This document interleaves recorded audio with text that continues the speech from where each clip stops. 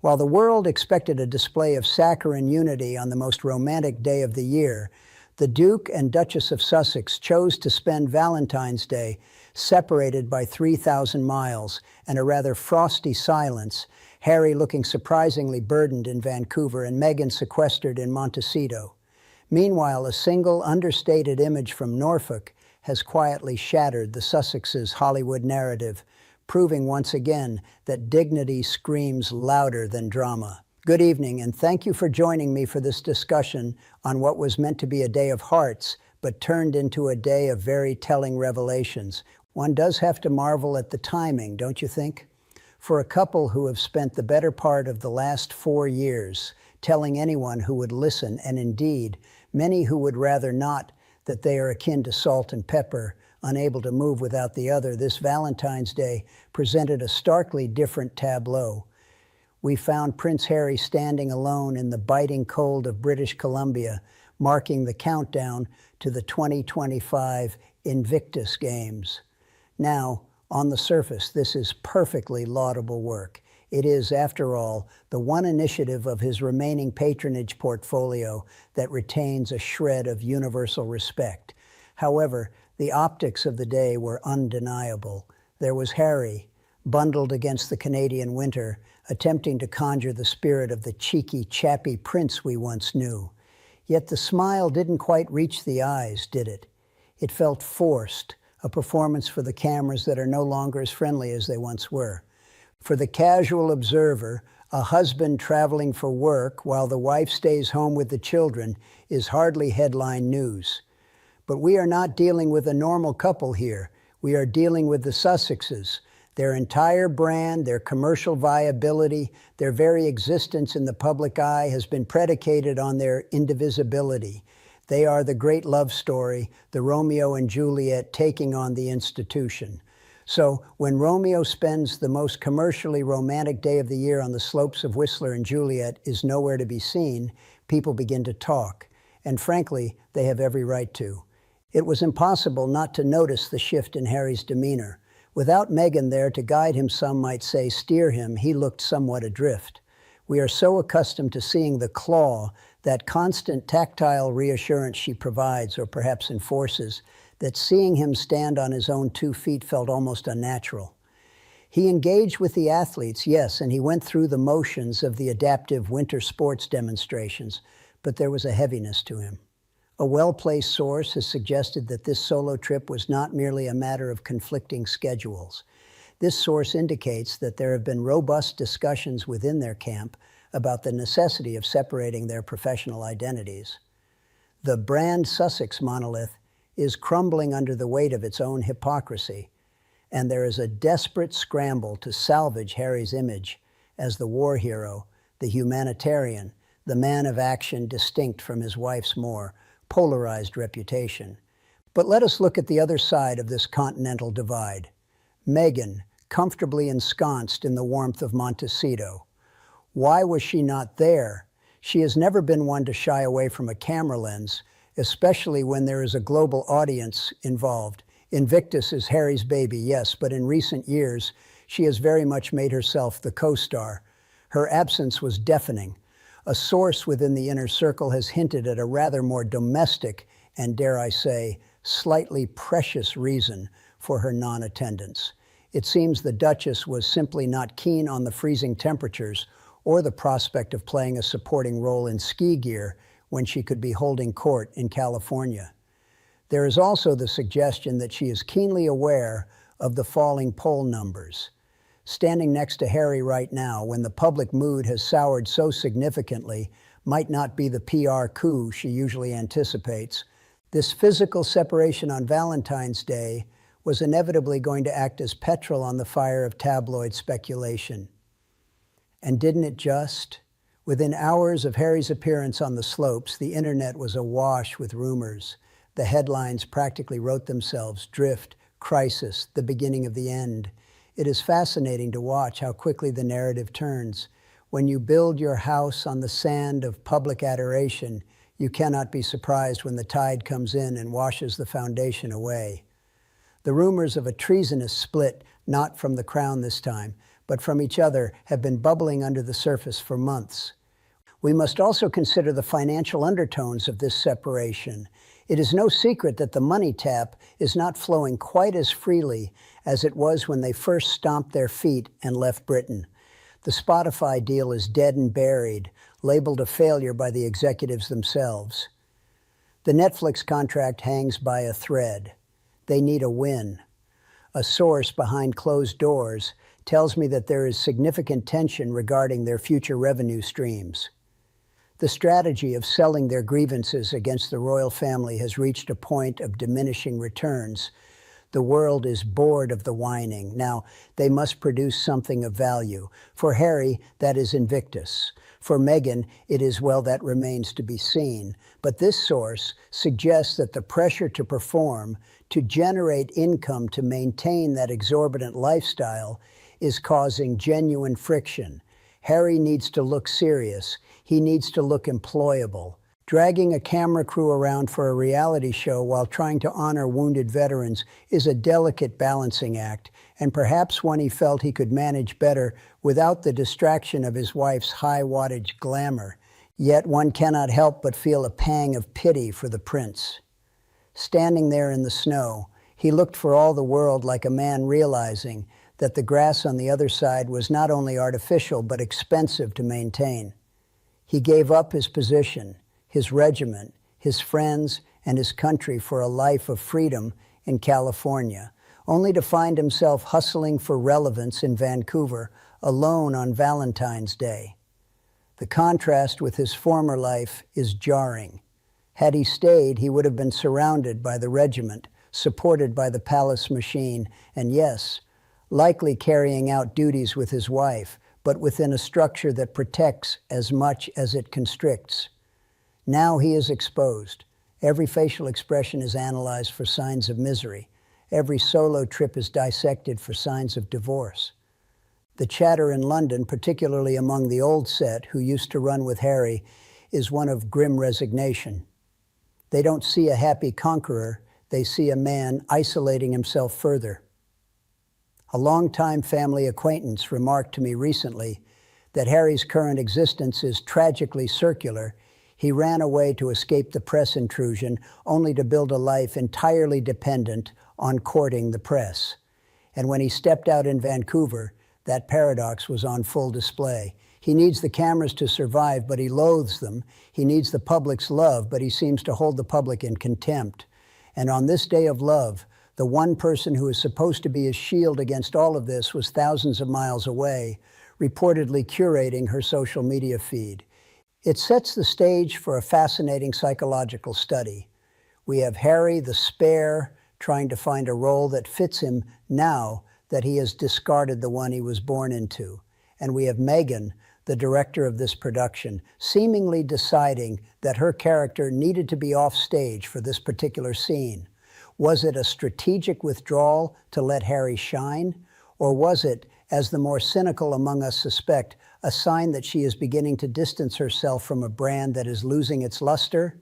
The silence from Montecito during the daylight hours of Valentine's Day was heavy. Usually we would expect a leak, a paparazzi shot of flowers being delivered, a perfectly timed, candid moment. But for hours there was nothing, just Harry in the snow. This vacuum allowed the rumors to fester and grow.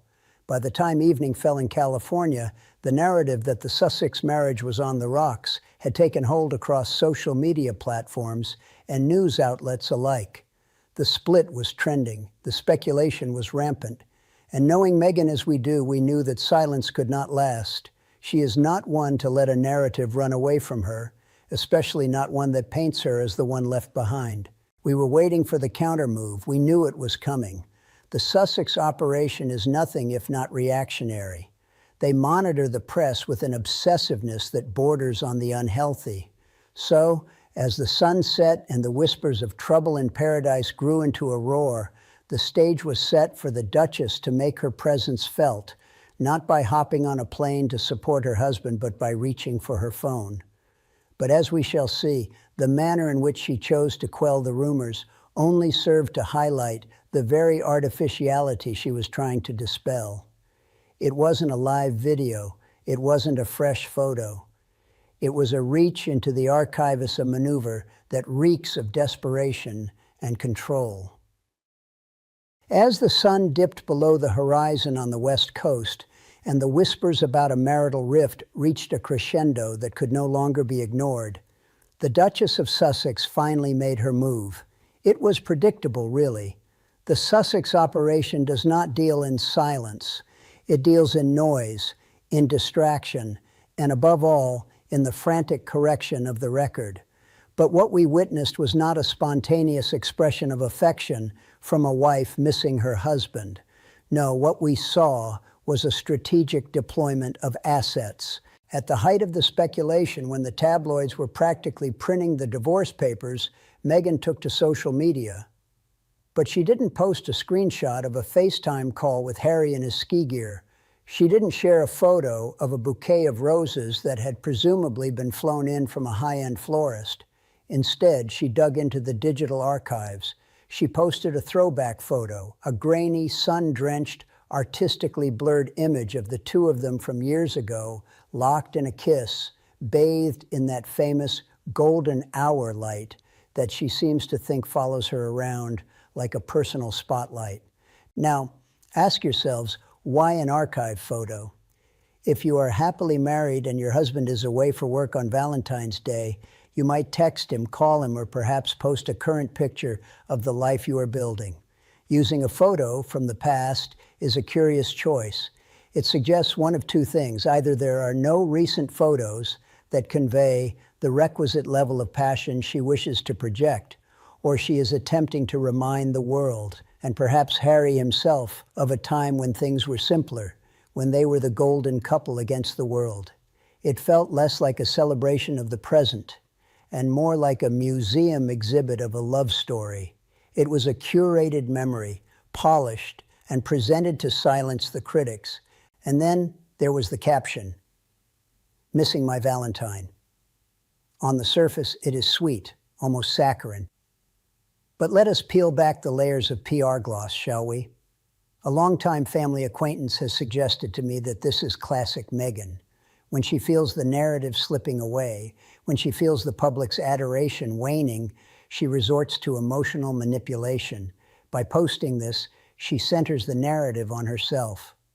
Harry is in Vancouver, freezing his royal extremities off to support wounded veterans, a noble, if commercially tainted endeavor.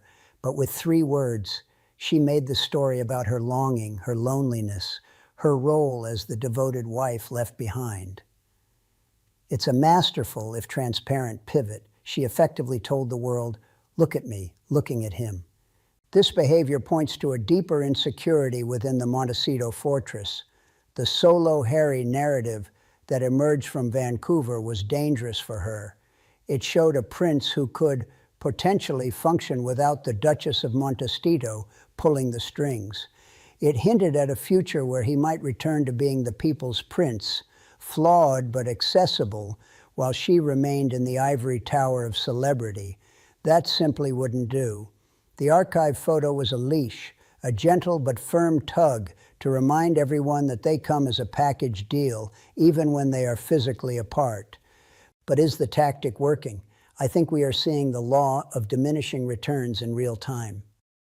A source behind closed doors in the exclusive enclave of Montecito tells me that the local elite are growing rather weary of the Sussex drama. You see, the very wealthy value privacy above all else. They value discretion, the constant stream of will they, won't they, the leaking to the press, the performative displays of affection followed by periods of icy silence. It's all a bit common. It's the behavior of reality TV stars, not royalty. The neighbors are tired. The invitations to the A-list dinners are reportedly drying up, not because people dislike Harry, but because they don't want to be part of the next Netflix episode or the subject of a cryptic Instagram post. The cynicism of using a past memory to prove a present reality is not lost on the British public, nor, I suspect, on the American public, who are generally quicker to spot a hustle. When you have to reach back 3 or 4 years to find a picture that perfectly encapsulates your love, it raises eyebrows. It begs the question, What does the reality look like today without the filters and the professional lighting? If the rumors of them living separate lives, Harry in hotels, Meghan in the mansion, have any merit, then this photo was nothing more than a digital fig leaf designed to cover up a rather unromantic truth. Furthermore, consider the Hollywood echo chamber they inhabit. In that world, everything is content. A marriage is not just a relationship, it is a brand partnership, and brands need maintenance. The Valentine post was brand maintenance, pure and simple. It was designed to keep the engagement numbers up, to keep the comments section fighting, to keep their names in the search engines. It lacks the warmth of genuine spontaneity. It feels calculated, and that is the tragedy of the Sussexes in a nutshell. Everything, even their love, feels like a transaction. The audience, specifically the women who have watched generations of royals come and go, are not easily fooled. We have seen the stoic devotion of the late Queen. We have seen the turbulent but genuine passion of Charles and Diana. We know what real emotion looks like, and we know what a performance looks like. This felt like a performance. It was a scene from a soap opera where the lead actress tries to convince the audience that everything is fine just before the commercial break. The look of love in that photo was from a different era, a time before the Oprah interview, before the book Spare, before the car chase that wasn't. To use it now feels almost disingenuous, a rewriting of history to suit current needs. There is also a distinct narcissism in this solo post. By posting while he was working, she ensured that the headlines the next day were not just about Harry's work with the veterans, which, let's be honest, needs all the publicity it can get, but about her reaction to his absence. She inserted herself into the news cycle. She couldn't let him have the day. Even from thousands of miles away, she had to be the co-star. It is a pattern we have seen repeated time and time again.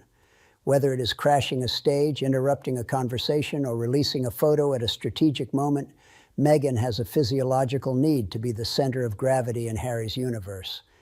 And what of the reaction? Social media was instantly ablaze, but not with the adoration she likely expected. Oh, the Sussex squad were out in force, cooing over the romance of it all. But the broader consensus was one of fatigue. People are tired of the game. They are tired of being asked to applaud a relationship that seems to exist primarily for public consumption. The comments sections on the major news sites were brutal. Why an old photo?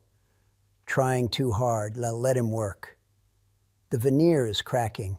The victim narrative, the us against the world trope, it's all wearing thin. This Valentine's Day stunt has, in many ways, backfired. Instead of quelling the rumors of a rift, it has only highlighted the distance, both physical and emotional, between the couple. It has drawn attention to the fact that they are operating on different frequencies. Harry is trying to salvage a legacy. Meghan is trying to maintain an image, and those two goals are increasingly incompatible. But while the Sussexes were busy playing 4D chess with their Instagram archives, engaging in this high-stakes game of digital perception, something else was happening across the pond. Something quiet, something dignified, something that didn't require a filter or a PR strategy. As the sun rose in England, a different kind of image was released, one that didn't scream for attention, but commanded respect. And it is in this contrast that we find the true story of the monarchy's survival. For while Meghan was curating her past, the Prince and Princess of Wales were busy living in the present. And that, ladies and gentlemen, is where the real lesson lies. Let us turn our attention now to Norfolk, and to a lesson in what we might call quiet luxury of the heart. The photograph released by Kensington Palace was, frankly, a masterclass in what the younger generation calls quiet luxury, though I prefer to call it breeding. It wasn't a glossy studio portrait. There were no ball gowns, no tiaras, and certainly no moody black and white filters designed to evoke a perfume commercial. It was William and Catherine in Norfolk walking, just walking. They were dressed in their country casual waxed jackets, muddy boots, windswept hair. They were laughing at something off camera, caught in a moment of genuine, unforced connection. A well-placed source close to palace circles tells me that this business-as-usual approach is very much by design. The Prince and Princess of Wales are acutely aware of the noise generated by Montecito, but they have made a strategic decision never to compete with it. They understand that dignity is a long game. While Harry and Meghan are chasing the algorithm, William and Catherine are securing the legacy. This source notes that the king is immensely proud of how the Waleses have conducted themselves throughout this crisis year. Despite the health scares that have rocked the family, and we must remember, it has been a brutal year for them personally, they have not once stooped to the level of public bickering. They have simply carried on. This photo became a symbol of that resilience. It showed a monarchy that has withstood the barrage of books, documentaries, and interviews, and come out the other side not just intact, but perhaps stronger. The public appreciates stability. In a world that feels increasingly chaotic, seeing the future monarch and his consort looking so normal, so settled, is reassuring. It reinforces the idea that the institution is bigger than the individuals, and certainly bigger than the petty grievances of those who left it. And let's be honest, the quiet luxury aesthetic fits them. It speaks to a confidence that the Sussexes seem to lack. Meghan's post felt like she was trying to prove something to us, to Harry, to herself. Catherine's presence in that photo felt like she had nothing to prove. She is the Princess of Wales. She is the mother of the future king. Her position is secure, and she knows it. That kind of security radiates a calm that no amount of PR money can buy. But what does this tell us about the state of the relationship between the brothers? I'm afraid the news is grim. A source behind closed doors, someone who has watched these boys grow up, tells me that the rift is now a chasm. The fact that Harry was in Vancouver, a Commonwealth realm, and there was absolutely no communication, no coordinated message, no acknowledgement from the palace, speaks volumes. They are operating in different universes. William has reportedly washed his hands of the drama. He is focused entirely on his wife, his children, and his father. The days of worrying about what Harry will do next are over. Harry is now viewed as an external entity, much like a foreign dignitary with whom relations are strained. The insiders are whispering that this Valentine's Day marked a definitive turning point. It highlighted that the Sussexes are no longer a threat to the monarchy. They are merely a sideshow. The monarchy has moved on. The gray-rocking strategy, where you simply ignore the narcissist until they lose interest, appears to be working. The Waleses didn't need to issue a statement denying rumors of a split. They just posted a picture of themselves looking happy. It effectively neutralized the Sussex narrative without acknowledging it. As we look at the financial implications, the contrast deepens. The Wales' brand is duty. It is unshakable. It doesn't rely on Netflix renewals or Spotify deals. The Sussex brand is, well, it's currently a mix of grievances and lifestyle products. A source within the inner circle suggests that there is a growing panic in Montecito about relevance. If they are not talking about the royals, does anyone care?